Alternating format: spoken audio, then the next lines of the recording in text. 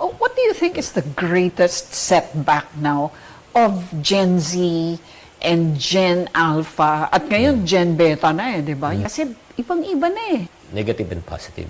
You're born in a stage, in an era where technology, automation, AI is there. So everything is quick and fast.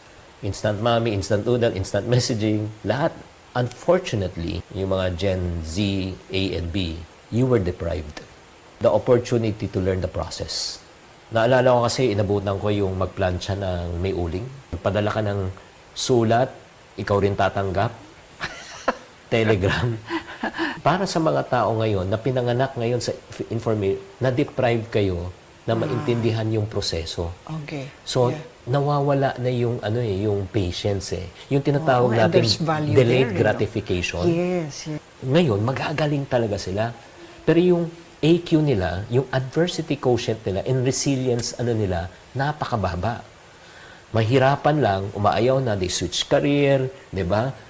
Right now, di ba, ang taas ng rate ng depression. So, yun yung nakikita ko talaga. I like that, adversity quotient. No? Yes, kasi pinag-uusapan natin kasi parati IQ, EQ, pero hindi natin pinag-uusapan yung AQ, which is the most important part.